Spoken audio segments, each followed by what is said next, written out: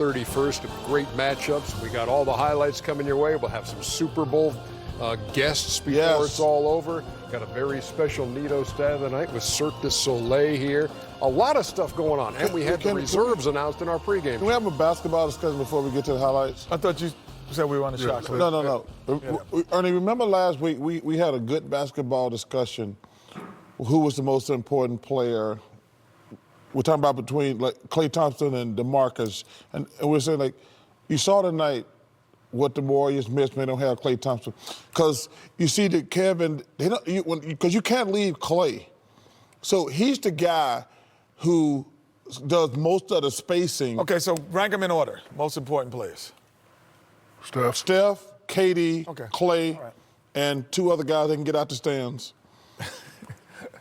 Golden State was 11 for 38 from three. 10 of those threes came from Steph Curry. I know, seriously, I'm telling you. The other one was from Kevin Durant, who was 1 for 8. Here are the highlights. Ben Simmons, first-time All-Star. Steph has got KD. Oh, early. They started off early. They started off well. Great energy in that building, too. You got a big power in the East coming to visit. Oh, that's and an 11-game winning streak on the line, and Curry hits that one. Your Cousins got it easy now. Just rebound and kick it to a shooter. Oh, they loose with that ball. They are loose with it because there's nothing you can do. I don't mind 2-on-1 fast breaks, but 3-on-0s. You're not going to ever win that. You're never going to win that one. Go get that. Oh, look at that play by Landry Shannon. Okay, Landry. Landry trying to get some minutes. Okay, And then come down and knock back. Knock down, bang, bang. Love that sequence. And he makes the free throw, 4-point play, 38-35 Sixers. I like that Philadelphia was not intimidated tonight. They was like, we know you guys are champ, but we have talent too. Play well. I saw Kevon Looney do what Kevon Looney does. Well, that's a good way to get traded. Kicking Steph in the head. Steph? Oh, my Makes goodness. it look effortless. 50-45 Warriors. That's crazy. Look at Embiid. You know, these. Oh! Yeah. You got to get back in transition. Oh, I thought you hurt your back the other day. Okay. You must have used that icy hot, huh, Kevin? 60-53 Golden State at And the up, half. Embiid. The third quarter is when Philadelphia just went nuts. 42-26 they outscored Golden State. Draymond Green and DeMarcus Cousins, a couple of volatile personalities. You know, I think DeMarcus was trying to help him get out the way and not get it technical. And then... Well, so you're trying to say that's the equivalent of Bernie Madoff helping OJ? Charles, you literally have to stop. Ben Simmons. Let's stick to this game. What do you say? What the hell are you talking about? Well, they did high five after. They didn't show the high five. Look at Embiid, so big and strong inside. 95-84 Philadelphia. Good pass. Oh, yeah, how about that feed by Simmons? Butler with the and one, made the free throw. 100-89. Golden State coming back. Did he just say somebody kicked him? Oh, you know I love Draymond, but yeah, you can't complain about people kicking him. I'm just Give it to a shooter. Curry had 41, his 20th game this year of at least 30, and his 7th of This is 40. Man, that was tough. Thought he might pull the trigger on that first. Oh, that decisions and errors right here. He made back-to-back errors, like again, right here, again, instead of going up on the right side. Typically, he doesn't make those. He was wide open on the right side. Mike Muscala with the swat. Ernie, I like the fact that when Golden State made their run, Charles was yelling for Brett Brown to call a 10th timeout. He did not. I love that he had confidence in his team for them to just play through it and still won the game. And J.J. Redick delivers there, and it's a 113-104 win for the Sixers over the Warriors, who have their 11-game winning streak snapped. Philadelphia goes to 34-18. Oh, they 11 out of the last 12 then? Golden State 36. If somebody had told you Joel Embiid was going to be 8 for 24 and Jimmy Butler was going to get 7 points and 0 for 6 from 3, you thought there'd be no way the Sixers could win this game. I say, is Klay Thompson playing? And no Klay Thompson. Yeah, 26-20 for Embiid on the night. Simmons 26-8-6 on the day that he is named an All-Star for the first time. What was your major takeaway, Kenny, from this game? Well, I think overall, you know, Philadelphia has a style of play, a unique style that's going to be, they play both inside, and they will do multifaceted. So they'll go inside and they'll go outside. They're one of the few teams in the league that have learned how to blend that well. That was a difference. Golden State got loose with the ball. And then Steph Curry did some uncharacteristic things that you typically won't see. You know, when that ball comes out here for Steph Curry, typically that is a non-hesitatory shot. He's not going to hesitate when the ball pops out. After Durant misses, right here, the tip out, and you get it to him. This is a shot for him. But to take that extra dribble, allow Ben Simmons to affect it, and again, getting on the fast break, these are decisions he never misses. Right here, he has an easy right-hand layup, but Kaiser go on the other side, and then you get the block. You put those two passes together, then all of a sudden it's a different basketball game, and typically that doesn't happen. And to hear Steve Kerr in his interview after the third quarter, after they got outscored 42-26, and in the huddle, saying it's almost like Philadelphia took Golden State out of its character, out of its game, made it a street ball kind of game, and he was begging his guys to get back into doing what they do well. Well, I don't think they can do what they do well without Clay. So from the Golden State standpoint, I don't think anything about this game. He's not there. They're not the same team.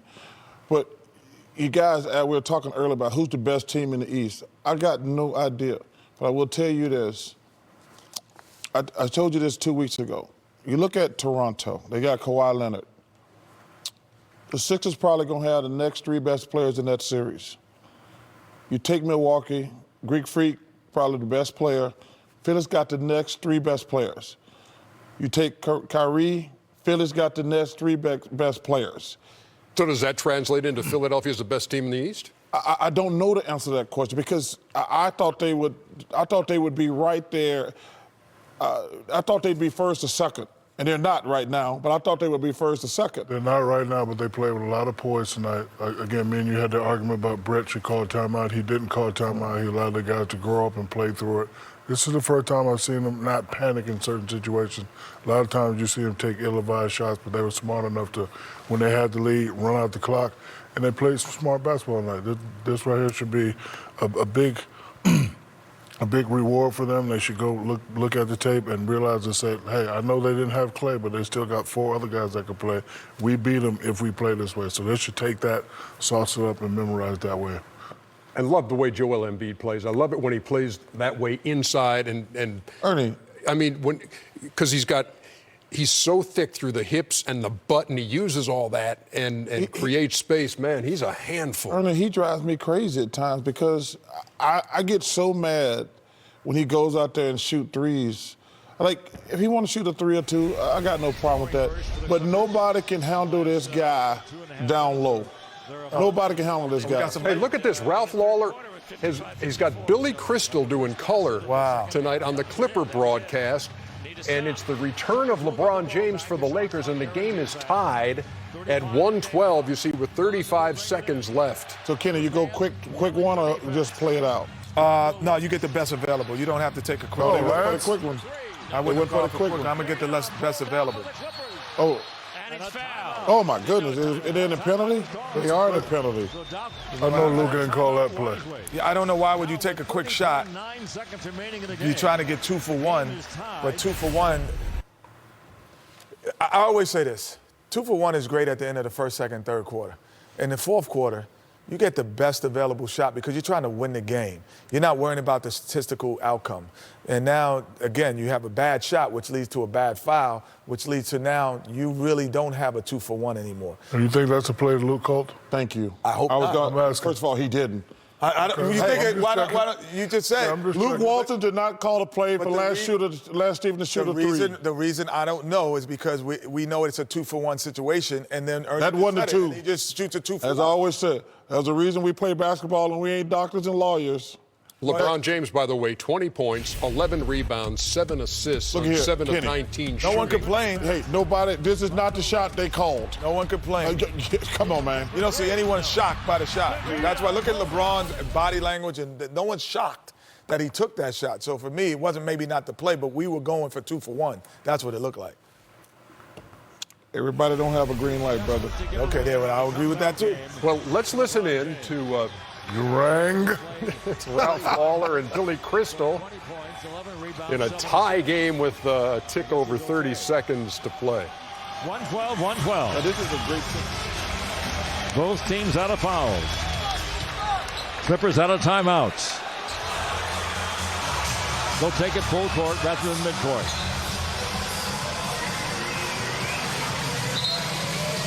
Marjanovic will inbound. Little full court pressure. We're deciding where the ball should be brought in bounds. Big Bobby has the ball. It's someone he has to stand there. He can't run the baseline, but you can after a made basket.